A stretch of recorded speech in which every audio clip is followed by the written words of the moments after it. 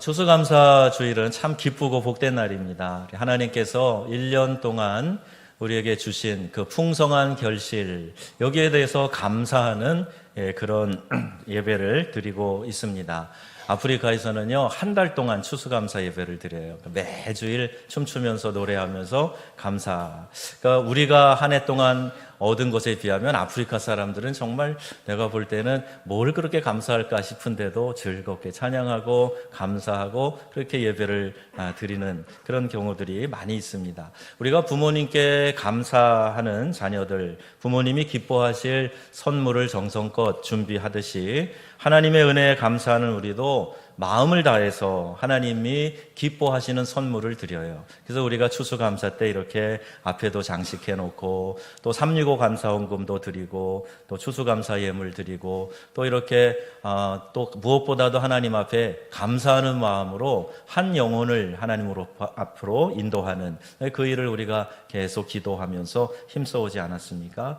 오늘 초대돼서 오신 분들이 아마 하나님께 드리는 최고의 선물일 것이고요. 또 오늘 그분들이 왜 내가 최고의 선물이야 하는 것을 말씀을 들으면서 아마 느끼게 되실 거라고 생각이 됩니다. 그리고 이 시대의 고통과 질병을 해결할 감사에 대해서 오늘 한번 감사를 주제로 말씀을 드리려고 합니다.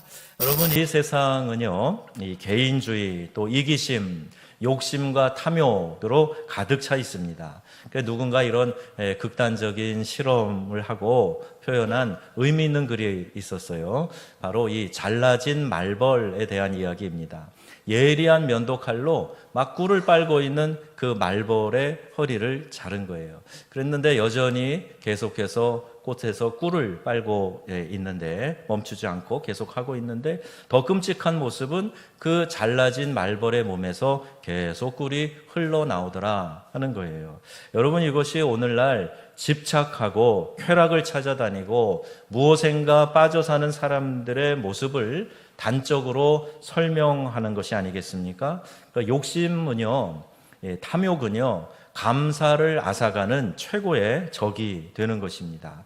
그런데 우리가 사는 이 사회는요, 이런 욕심으로 가득 차 있어요. 잘못된 경쟁의식으로 말미암아 이 생기는 열등감과 또 조금만 내가 낫다 싶으면 생기는 이 우월감, 이게 마치 고개를 하듯이 시소를 타듯이 계속 오르락 내리락 하는 그런 인생을 우리가 살아가고 있습니다. 골치 아픈 사회 문제가 얼마나 많이 있습니까? 사랑하는 남편, 아내, 자식이라고 해도 내 뜻대로 잘 안 됩니다. 여러분들이 태신자 적어내신 걸 쭉 보니까 가족들도 있던데 막 초청하느라고 오늘 애쓰셨을 거예요. 그런데 잘 안 되죠. 쉽지 않습니다. 아니, 나를 사랑한다 그러면서 이 정도도 못 해주나? 그런 서운한 마음이 들 만큼 참 말 안 들어요. 그런데 그런 상황 가운데 우리가 살아가고 있는데요, 이 사회 자체가 너무나 우리에게서 감사를 앗아가는 요소들이 많이 있다는 겁니다. 감사하라는 말, 이 감사는요, 유난류와 같아서 범사에 감사하라, 범사에 또 감사하는 삶을 사는 사람, 이 사람들은 윤택한 삶을 살게 됩니다. 내가 베푼 작은 친절에도 누군가가 참 고맙습니다, 참 은혜입니다, 제가 꼭 기억하겠습니다, 이렇게 감사를 표현하고 작은 정성이라도 감사하는 마음을 표시하고 그러면요, 그 사람에게는 더 잘해주고 싶은 마음이 들지 않습니까? 근데 그 반대로 하면 배은망덕하다는 생각이 들고 내가 다시는 그에게 친절을 베푸나 봐라, 이런 마음이 드는 것이 인지상정이죠. 그래서 우리 어른들은 자기 자녀들에게 아이가 조그마한 사탕 하나 누구에게 받아도 고맙습니다, 이렇게 인사하도록 가르치는 거예요. 그 아이가 윤택한 삶을 살도록 부모님이 가르치는 것 아닙니까? 이게 지혜로운 부모이지요. 그런데 이렇게 많이 들은 말에 대해서 우리가 또 잘 알고 있는 감사가 우리의 삶을 풍요롭게 합니다, 이런 것에 대해서 잘 실천하기가 어렵다는 거예요. 살면서 여러 가지 상처와 아픔, 또 세파에 시달리면서 점점 감사는 줄어들어 가고 짜증과 불평, 이런 것들이 늘어가는 것을 보게 됩니다. 하나님께서 범사에 감사하라 말씀하셨으니까 이제 모든 일에 감사하면서 살아야지, 이렇게 결단하는 저와 여러분들이 다 되시기를 주님의 이름으로 축복합니다. 정말 감사할 것이 없는가? 아니요. 감사할 것이 많이 있습니다. 아무리 어려워도 언제나 감사할 것은 늘 있었어요. 이제 어른 세대는요, 우리 어르신들 세대에 이런 이야기들을 종종 하셨어요. 야, 밥 못 먹는 사람들이 얼마나 많은 줄 아냐? 병상에 누워서 꼼짝 못하고 있는 사람들도 많이 있어. 지금 내가 감사한 줄 알아야 된다. 이런 이야기. 그런데 이것을 귓전으로 그냥 흘려 들었던, 그리고 항상 욕구불만 가운데 살았던 그런 모습들을 한번 우리가 생각해 봅니다. 그렇게 닦고 보면요, 너무나 많은 세월을 진정한 감사 없이 살았어요. 만약에 어려서부터, 좀 오래전부터 감사합니다, 감사합니다 하는 이런 것이 우리의 일상의 언어가 되고 우리의 삶의 일상의 표현이 되었더라면 우리의 삶은 엄청나게 달라져 있을 것이다, 이런 생각을 하게 되고 조금 아쉬운 마음도 갖습니다. 우리를 복되게 살 방법 이미 우리가 알고 있고, 또 성경 말씀은 자주 까먹는 우리들에게 자꾸 이것을 반복해서 알려주고 계시는 거예요. 그렇게 잘 실천하지 못한 이 일에 대해서 왜 그럴까 한번 생각을 해봤어요. 근데 우리가요, 감사가 저절로 되지 않는 거예요. 감사가 쉽사리 저절로 되면은 누구나 하겠죠. 한두 번 들으면 계속 잘 하겠죠. 그런데 우리는 본능적으로 감사보다는 원망 불평이 더 많아요. 그러다 보니까 감사를 자꾸 잃어버리고 감사하지 않는 삶으로 점점 굳어져 간다는 겁니다. 여러분, 정말 믿음이 필요할 때가 언제인 줄 아십니까? 믿어지지 않을 때 믿음이 필요한 거예요. 믿어지는 것에 대해 믿는 거는 누구나 할 수 있어요. 근데 이거 잘 믿어지지 않아. 거기에는 진짜 믿음이 필요한, 의지적인 믿음이 필요한 겁니다. 하나님의 존재, 눈에 보이지 않는데 어떻게 믿어? 이렇게 말하는 분도 계세요. 근데 거기에는 의지의 믿음이 필요해요. 하나님의 사랑, 잘 믿어지지 않아요. 그런데 그 사랑이 어떻게 흘러가는가, 사람들을 통해서 어떻게 보여지는가, 이걸 보고 나면은 하나님의 사랑이 참 위대한 거구나 깨닫게 되는 거죠. 그래서 의지적인 믿음을 가져야 된다는 거예요. 사실상 믿음이 정말 필요할 때는 믿어지지 않을 때입니다. 마찬가지예요. 감사가 정말로 필요할 때가 언제인가? 감사가 자동으로 잘 안 될 때예요. 그때는 의지적인 감사가 필요하죠. 하박국처럼 아무 것이 없어도, 다 없어져도, 무화과 나무도 포도나무도 감람나무의 소출도 우리의 양떼도 외양간 송아지 다 없어도 나는 구원의 하나님으로 인하여 기뻐하리로다. 이게 의지적인 감사 아닙니까? 의지적으로 기뻐하는 거예요. 그래서 여러분, 감사가 되지 않을 때 정말 필요한 거 의지적인 감사. 이때가 정말 감사가 필요한 때다라는 거예요. 골로새서 4장 2절에 이렇게 말씀하십니다. 기도를 계속하고 기도에 감사함으로 깨어있으라 그랬어요. 기도할 때 깨어있어야 돼요. 근데 감사함으로 깨어있으라 그랬습니다. 기도를 하면서도요, 두려움과 염려와 원망하는 마음 가지고 있는 분들이 있는데, 기도하면 이런 게 사라져야 돼요. 아니, 기도 좀 한다는 사람이 여전히 미워하고 여전히 원망하고 불평하고 있으면 도대체 무슨 기도를 하고 있는 거예요? 하나님이 들으시는 기도는 내가 하나님께 아뢰고 하나님이 나에게 말씀하시는 이 대화인데, 하나님이 나에게 자꾸 말씀하시는 거거든요. 네 마음을 좀 편안하게 해. 하나님 계속 말씀하시는 거예요. 그래서 미워하지 않고 사랑하도록 만드시는 게 하나님이신데, 그래서 기도하면서도 여전히 두려워하고 미워하고 염려하고 원망하고 불평하고 이렇게 하지 말라는 거예요. 기도를 계속하고 기도에 뭐로 깨어 있으라고요? 감사함으로 깨어 있으라 그랬어요. 그리고 성경에 말씀합니다. 항상 기뻐하라. 쉬지 말고 기도하라. 범사에 감사하라. 이것이 그리스도 예수 안에서 너희를 향하신 하나님의 뜻이니라 말씀하고 있어요. 선명하게 말씀하고 있습니다. 하나님의 뜻이 뭔가요? 하면 분명히 드러낼 수 있는 말씀이 이거예요. 이거 하나라도 분명히 알고 하나님의 뜻을 우리가 실천해야 되지 않겠습니까? 범사에 감사하라 말씀하고 계세요. 기도하되 감사함으로, 범사에 감사함으로 깨어있으라. 이것을 우리가 잊지 않는 성도님들이 되시기를 바랍니다. 그러므로 감사를 넘치게 하는 사람은 이러한 인생의 원망과 불평, 짜증의 굴레에서 벗어날 수 있다는 거예요. 자, 원망과 불평은요, 악한 영의 역사입니다. 마귀의 특징이 그런 거예요. 그 사이를 갈라놓는 거라 그랬죠. 우리 영성 집회에도 말씀 들었잖아요. 디아블로스, 그 안을 갈라놓는 거예요. 이렇게 우리 안에 원망 불평이 들어오면 하나님과의 관계를 멀리하고 사람 사이의 관계를 갈라놓게 됩니다. 악한 영의 역사예요. 그것은 가시덤불이나 잡초가 기르지 않아도, 손질하지 않아도 그냥 저절로 자라는 것처럼 이렇게 우리의 원망과 불평도 저절로 자라나는 겁니다. 악한 영이 그것을 키우고 있다, 이렇게 말할 수도 있어요. 유럽에 이런 과학 잡지에 나온 기사가 있는데요. 유럽 심장내과 학회에서 심장 질환자의 공통적인 특징을 연구했더니 성격의 문제가 있더라 하는 것을 그들이 발견하고 보고를 하는 거예요. 한 14가지 성격이 심장병을 잘 일으키는 그런 성격이라 그러는데 제가 몇 가지를 소개할게요. 첫째, 사소한 일에도 법석을 떤다. 별일 아닌데도 그냥 막 이러는 성격. 두 번째, 자주 내가 불행하다고 여긴다.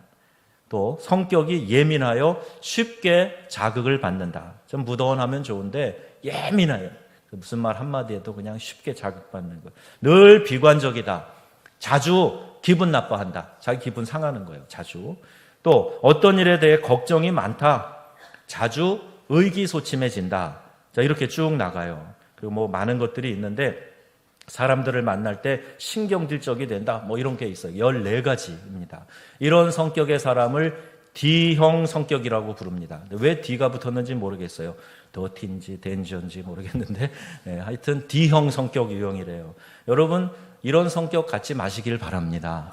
저는 성도님들이 건강하지 않으면 제가 속상해요. 여러분 건강을 위해서라도 여기에 나와 열거되어 있는 이런 성격 소유자들이 되시면 안 돼요. 조사를 해보니까 이 성격 유형이 심장병에 더 잘 걸리고 걸렸을 때 치료에 대한 반응도 좋지 않은데 심혈관 질환 위험도가 1.9배 높고 우울증 등의 정신질환 위험도는 2.6배나 더 높았다 그래요.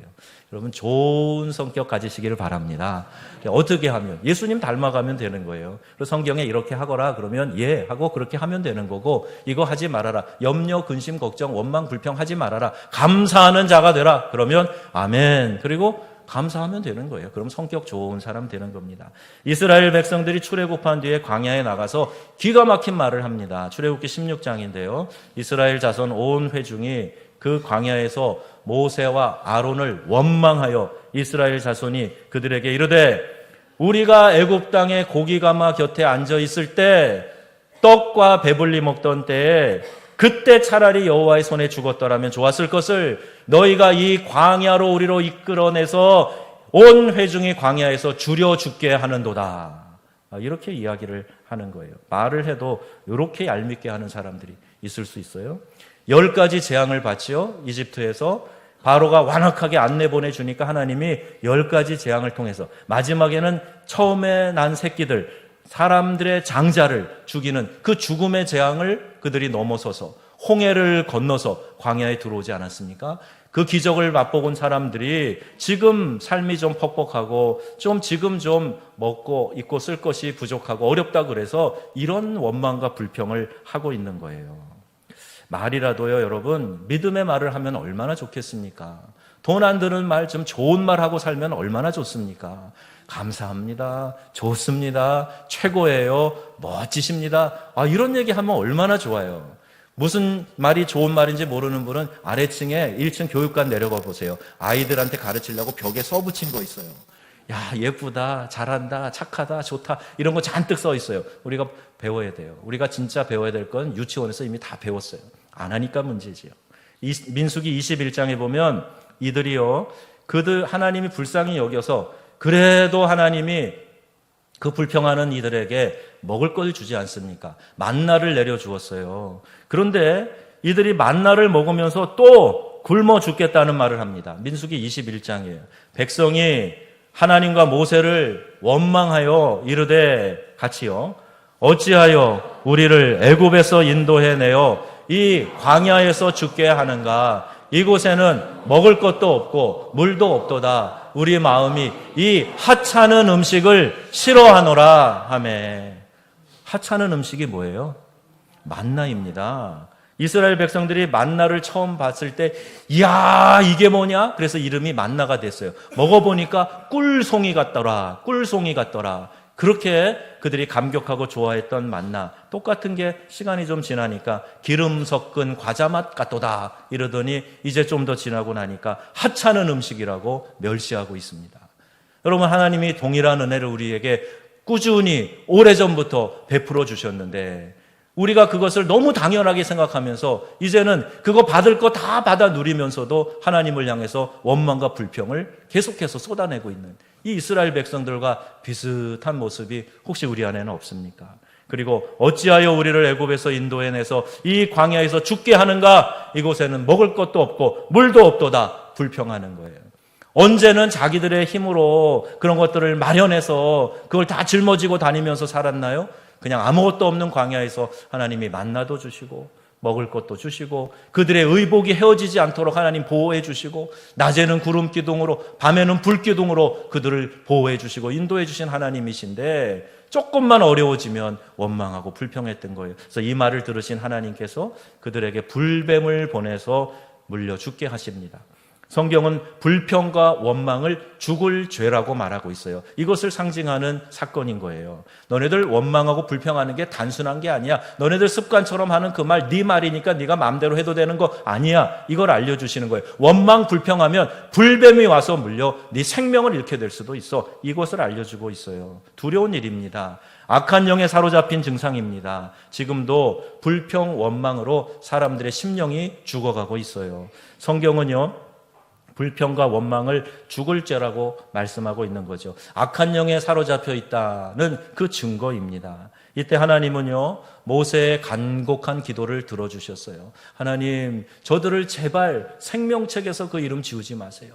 하나님, 저들이 저렇게 망해가고 죽어가면 차라리 내 생명을 하나님 대신 데려가세요. 간절히 하나님 앞에 기도하고 간곡히 만류하는 모세의 기도를 들으시면서 하나님이 방법을 하나 제시해 주셨어요. 장대 끝에다가 구리뱀을 달아매라. 그리고 누구든지 불뱀에 물려 죽어가는 자들도 장대 끝에 달린 구리뱀을 쳐다보기만 하면 죽지 않을 거야. 하나님 살려주시겠다고 그 처방을 내려주셨습니다. 그런데도 사람들이요, 그 구리뱀을 바라보고 살아난 사람도 있지만 여전히 믿지 않고 바라보지 않고 죽음의 길로 간 사람들도 많이 있었어요. 장대 끝에 달린 구리뱀은 성경에 분명히 말씀하고 있어요. 십자가에 달리신 예수님을 상징하는 예표입니다. 그 이후에 예수님이 이제 신약시대에 십자가에 이 땅에 오셔서 공생에 사시고 십자가에 달려 돌아가실 텐데 그 예수님이 바로 원망과 불평과 죄악의 독소에 물려서 죽어가는 우리들을 구원하시기 위해서 장대 끝에 달린 구리뱀 같은 그 예수님이라는 것을 미리 보여주고 계시는 거예요. 요한복음 3장 14절 15절에 이렇게 말씀합니다. 같이 읽어보겠습니다. 모세가 광야에서 뱀을 든 것 같이 인자도 들려야 하리니 이는 그를 믿는 자마다 영생을 얻게 하려 하심이니라. 아멘. 모세가 장대 끝에 구리뱀을 달아맨 것처럼 인자, 예수님도 십자가에 달리게 될 것인데 그 예수님으로 인해서 너희가 그를 믿는 자에게는 영생을 얻게 하시겠다. 이렇게 말씀하시는 거예요. 예수님이 우리를 구원하시기 위해서 이 땅에 오셨습니다. 그럼 아멘이십니까? 아멘. 예수님은 나를 구원하시기 위해서 이 땅에 오셨어요. 낮고 천한 인간의 몸을 입고 그것도 가장 낮은 자리의 모습으로 이 땅에 오셨어요. 그리고 십자가에서 우리의 죄를 대신 지시고 십자가에서 죽으셨습니다. 죄악으로 인하여서 우리가 죽을 형벌을 당해야 되는데 예수님이 대신 그 죄를 지고 십자가에서 대신 달려서 죽으신 거예요. 왜 그러셨는가? 예수님이 우리의 죄를 씻어 주시고 우리에게 구원의 길을 열어 주시기 위해서입니다. 그것이 예수님이 이 땅에 오신 목적이에요. 그 일을 다 이루시고 이제 십자가에서 완전히 죽으셔서 무덤에 장사된 바 되었다가 부활하셨죠. 부활하신 후에 40일 동안 제자들과 함께 계시다가 마지막 이제 하늘로 올라가시면서 내가 너희들 올라가는 모습 본 것처럼 다시 이 땅에 내려올 거야. 그리고 심판주로 다시 오실 것을 말씀하고 하늘에 가서 처소를 예비하겠다고 말씀하셨어요. 마지막 올라가시면서 예수님께서 당부하신 것이 있습니다. 그래서 마지막 말씀이라 그래서 우리가 이것을 예수님의 유언과도 같은 말씀이라 그래요. 예수님이 우리에게 주신 가장 큰 명령이라고도 이야기를 합니다. The Great Commandment, 가장 큰 명령, 이렇게 말씀하시는 거예요. 그게 뭔가 같이 읽어보겠습니다. 마태복음 16장 15절에서 16절이에요. 설교 시간에는요, 여러분들이 이 말씀을 함께 크게 읽어보는 게 큰 도움이 될 것 같아요. 같이 읽으면 좋겠습니다. 시작. 또 이르시되 너희는 온 천하에 다니며 만민에게 복음을 전파하라. 믿고 세례를 받는 사람은 구원을 얻을 것이요 믿지 않는 사람은 정죄를 받으리라. 아멘. 이것이 예수님의 유언과도 같은 명령이에요. 저희 아버님도 돌아가시기 전에 유언의 말씀을 침상에서 하셔서 저희 형님과 제가 그 말씀 지키느라고 참 많이 애를 씁니다. 가능한 한 그 말씀을 잘 지켜서 아버님에게도 이것이 기쁨이 돼야 되겠다. 천국 가서 만났을 때 아버님 앞에서 좀 자랑해보고 싶다. 이런 마음이 들어요. 도래교회 김준홍 목사님이 집회 중에 모친 이야기를 하신 적이 있습니다. 아버님이 일찍 세상을 떠나시면서 어머니에게 유언을 남기셨어요. 우리 진홍이는 끝까지 좀 공부를 시켜주시오. 그렇게 하셨답니다. 그리고 그 유언을 지키기 위해서 가난한 살림에 어머니가 그 아들을 공부를 좀 시켜볼 마음을 가지신 거예요. 근데 이제 아들이 내가 공부하려면 책이 필요해요, 어머니. 그랬더니 어머니가 나가서 옛날에 전 그랬잖아요. 이렇게 이 머리를 가발 만드는 데다가 팔잖아요. 그래서 머리를 싹둑 자르셔가지고 그걸 가지고 참고서를 필요하다는 거를 사오신 거예요. 아이가 그것을 듣고 너무너무 감동하고 가슴 뭉클하고 그래서 어머니의 머리카락을 팔아서 사온 이 책을 그냥 닳도록 읽은 거죠. 막 외우도록 읽어요. 그래서 시험을 잘 치르고 좋은 대학교에 가서 장학생으로 공부를 했다 하는 그런 이야기예요. 어머니의 그 유언을 지키려고 하는 마음이 아이에게도 큰 감동이 되었다 하는 거죠. 저는 오늘 감사절 설교를 준비하면서 이 김진홍 목사님 어머니 일화가 또 생각이 났어요. 하나님께 또 죄송한 생각도 듭니다. 남편 유언 지키기 위해서 이렇게 애를 쓰는데 우리 주님께서 우리가 주라고 고백하는, 우리가 나의 왕이시라고 고백하는 그 주님이 우리에게 유언처럼 남기신 말씀에 대해서 얼마나 책임 있게, 얼마나 열심을 다해서 성실하게 그것을 준행하고 있는가, 이걸 한번 생각하게 됩니다. 힘들다, 어렵다, 이런 변명은 많이 해요. 하나님을 믿더라, 하나님 말씀에 순종해라, 십자가를 붙들어라, 너의 모든 사람들, 이웃을 하나님 사랑하듯이 사랑해라, 내 자신을 사랑하는 것 이상으로 이웃을 사랑해라, 이렇게 말씀을 하시는데 우리가 늘 핑계대고 변명하고 안 된다 그러고 할 수 없다 그러고 그렇게 하고 있으니 우리가 하나님의 말씀을 소중히 여기면서 사랑하는 사람인가, 이런 생각을 감사절에 꼭 한 번씩 하게 됩니다.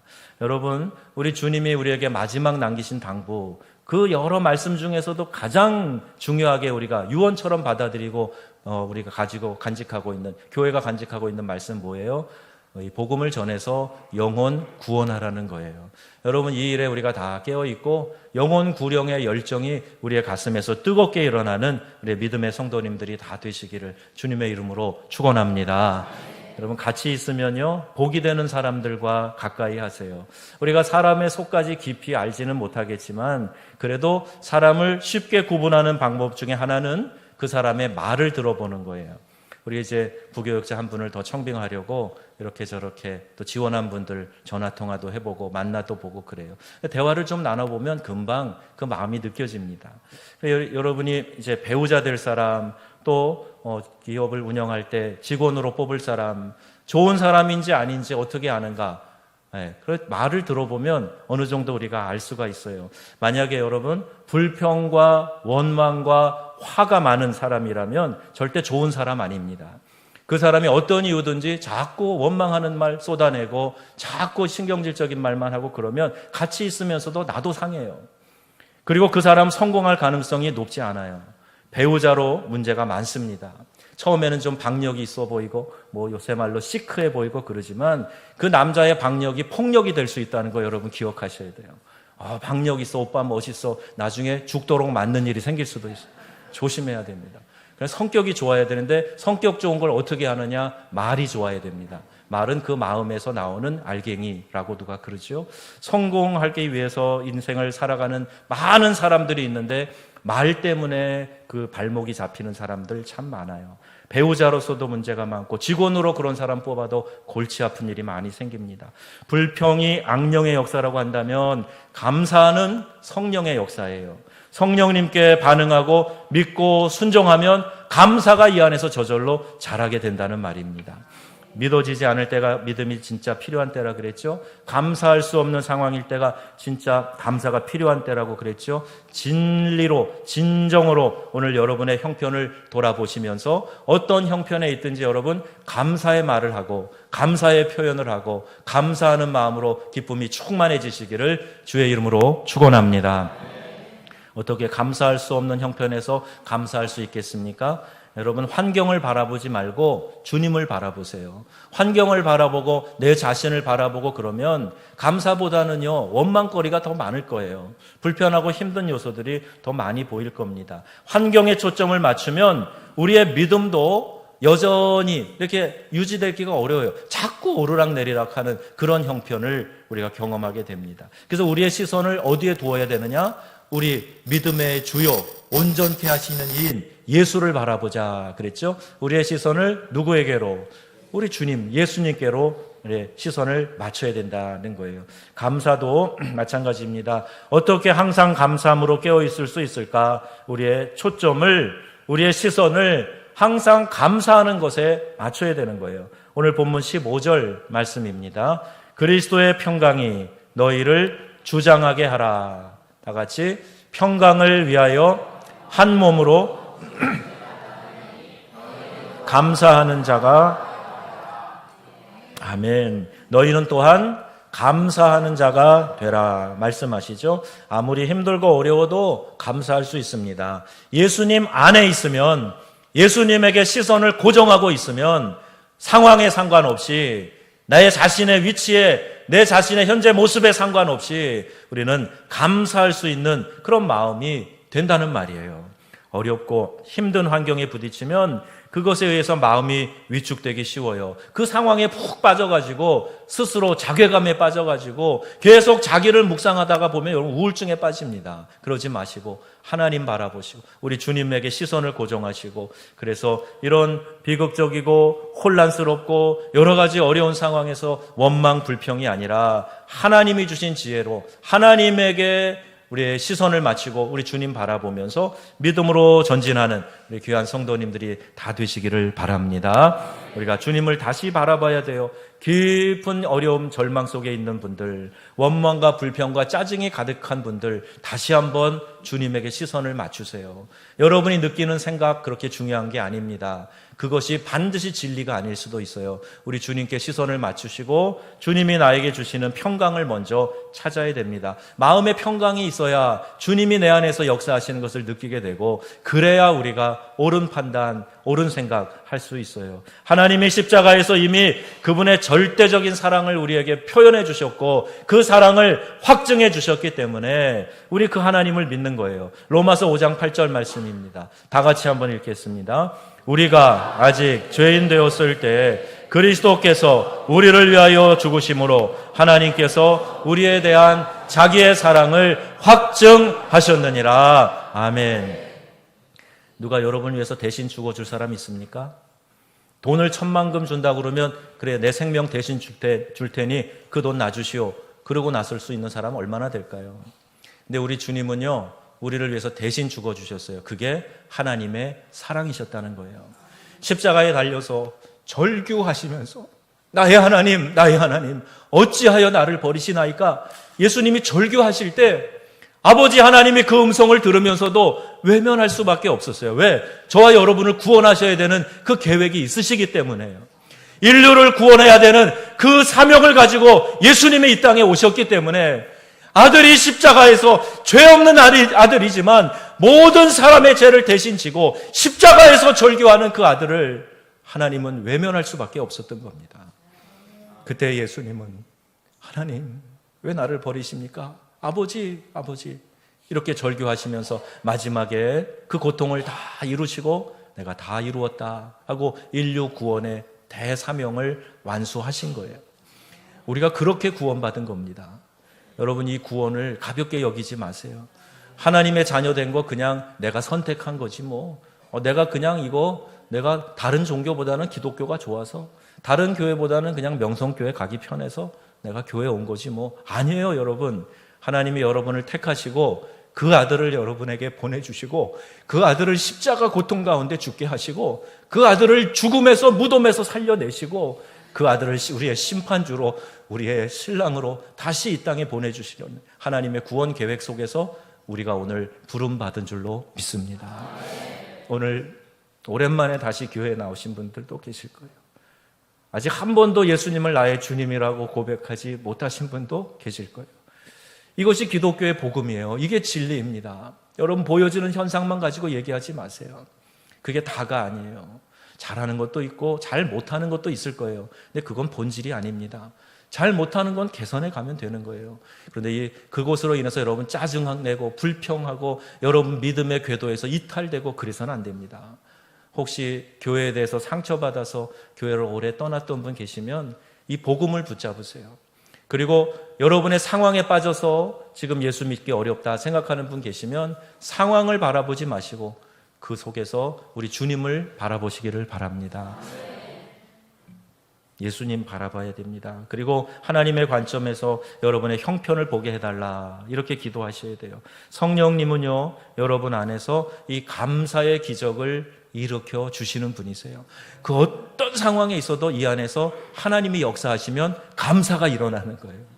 닉 부이치치도 여러분 보셨잖아요. 팔다리 다 없이 태어난 몸에 발가락이 이렇게 붙어가지고 태어난 사람이에요. 그런데 죽으려고도 시도했던 그 사람이 복음을 깨닫고 나서 이제 그 하나님의 사랑을 전하는 전도자가 되었지 않습니까? 이지선 양이 자기는 아무 실수도 안 했는데 자동차 사고로 인해서 화상을 입고 완전히 그 예쁜 얼굴이 일그러지고 그 고통 중에 얼마나 괴로웠겠어요. 그런데 사명을 발견하는 거예요. 고통 중에 있는 사람들을 위로하라고 하나님 주신 사명을 깨닫고 그 일을 감당할 때 얼마나 많은 사람들에게 영향을 주고 사람들을 세워내고 그 사람들에게 용기를 주고 그 사람들이 예수 믿게 하는지, 그 위대함을 우리가 보고 있지 않습니까? 여러분 연약하셔도요, 그것 때문에 낙심하지 마시고, 여러분 혹시 마음에 짜증, 불평, 원망 일어나도 그것 때문에 갇혀 계시지 마시고 우리 예수님 바라보시고, 내가 이렇게 귀한 존재야, 예수님이라는 분이 날 위해 돌아가셨어, 그분이 하나님의 아들이야, 이걸 기억하시면서 여러분 믿음의 대열에 정진하시기를 주의 이름으로 축원합니다.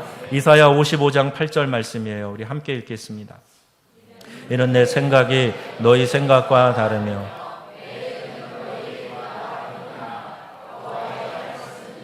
아멘. 우리는 내 생각이 제일 옳다고 생각합니다. 내 중심이에요. 그리고 우리가 하는 방법이 최선이라고 생각합니다. 간혹 조금 겸손하게 생각한다고 그래서 혹 실수가 있을 수 있어, 이 정도까지는 얘기한다고 할지라도 정말 속마음은 내가 제일이지, 이런 생각을 하고 살아요. 성경은 분명히 말씀합니다. 너의 생각은 내 생각과 달라. 그리고 너의 길, 너의 방식은 내 방식과 달라. 그러니까요, 최선의 길은 뭘까요? 내 생각대로, 내 방식대로 다 이루어지는 게 최선이 아니고, 그거보다 위대하시고 완전하시고 완벽하시고 전능하신 하나님의 뜻대로 이루어지는 것인 줄 믿습니다. 그러니까 여러분 하나님께 맡기시라는 거예요. 여러분 시련과 어려움을 만났을 때 이기는 길은 감사입니다. 이 감사를 놓치시면 믿음을 잃어버리는 거예요. 힘들다, 죽겠다, 짜증나, 이렇게 하다가 여러분 무너지는 겁니다. 그러다 신앙 다 까먹게 돼요. 그래서 감사절을 주신 거예요. 1년에 2번 우리 교회가 맥주 감사를 하고요, 6개월 보내고 7월 첫째 주에 하지 않습니까? 또 이제 쌀 추수를 다 마친 이때에 한 해에 이렇게 풍성한 이 곡식을 주신 주님, 또 내 삶에서 풍성한 열매를 주신 주님, 수입을 주셔서 먹고 입고 쓰게 해주신 주님 감사합니다. 그런 뜻에서 추수감사 예물을 드리고 감사절을 지키는 거예요. 그래서 이 감사절은 감사 훈련하는 날입니다. 감사하라, 이 말씀을 붙들고 이 말씀을 힘을 다해서 실천해 보기로 결단하는 날이 이 감사절이에요. 그러니까 여러분 그걸 한번 해보셔야 되는 거예요. 그래야 감사가 다시 내 마음속에 이 리듬이 잡히게 되고 감사가 다시 중심에 잡히게 되고 그러는 거예요. 헬스 트레이닝 운동 전문가가 운동에 대해서 강의하는데 이런 얘기를 하더라고요. 여러분 강아지 끌고 나가서 산책하고 오는 거 운동이라고 생각하지요? 그거 하나도 운동 안 됩니다. 요놈이 가다가 몇 번 쉬한다고 있으면 또 서가지고 가만히 있다가 또 가다가 이렇게 걸어오는 거 운동이 안 된다는 거예요. 그냥 미세먼지만 많이 마시고 오는 거라는 거예요. 운동은 어떻게 해야 되는 거냐? 숨이 좀 가쁠 정도로 빨리 걷든지 뛰든지 호흡이 평소보다 가빠져야 된다는 거예요. 그 심박동이 좀 평소보다 빨라져야 된다는 거예요. 그리고 근육 운동을 하더라도 막 이렇게 근육이 좀 아플 정도로 최선을 다해서 근육 운동을 해줘야. 우리 남자들은 아시잖아요. 헬스 트레이닝 할 때 이 내가 할 수 있는 대로 최대로 해서 하고 들어 올리고 나중에 여기가 막 아파. 그리고 나서 보면 알통이 막 이렇게 생겨 있고 그러잖아요. 근육이 만들어질 때도 똑같아요. 여러분 이 이야기를 들을 때 제가 이런 생각을 했어요. 감사절 우리가 절기를 지킬 때 이렇게 강단 장식도 최선을 다해서 하죠. 우리 9개 목장이 참여했더라고요. 예쁘게 잘. 권사님들이 또 정성껏. 이것도 중요해요.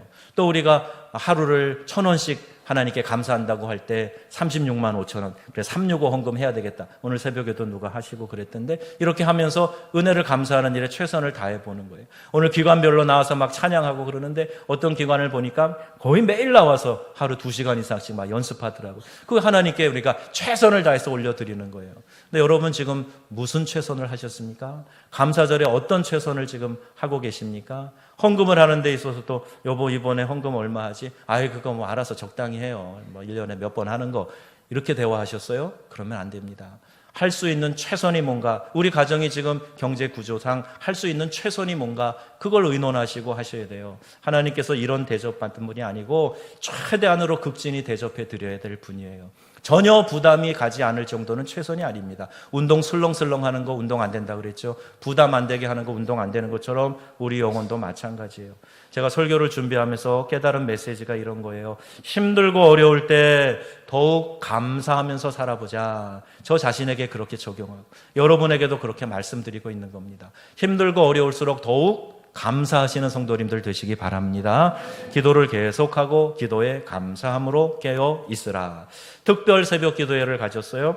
많은 교우들이 기도로 이 감사의 절기를 준비했습니다. 무엇보다 날 구원해 주신 하나님께 감사했고 받은 은혜를 헤아려 보면서 감사했습니다. 이 자리에 아직 예수님을 나의 구원자로 영접하지 않으신 분은 예수님이 최고의 선물을 나에게 주셨는데 아직 받지 않으신 것과 똑같아요. 예수님 내 마음에 들어와 주세요. 예수님 이제부터 예수님이 나의 주인이십니다. 나의 구원자이십니다. 꼭 이렇게 고백하시기를 바랍니다. 그것이 하나님이 우리를 위해 마련하신 최고의 선물을 우리가 받아들이고 감사로 고백하는 거예요. 예수 그리스도를 나의 주님으로 구원자로 모시고 살아가는 우리 모든 성도님들 되시기를 주의 이름으로 축원합니다. 그리고 한 해를 지켜주시고 복 주신 하나님께 감사하는 마음을 최선을 다해서 올려드리는 저와 여러분들이 다 되시기를 주 예수님의 이름으로 축원합니다. 아멘. 기도하겠습니다.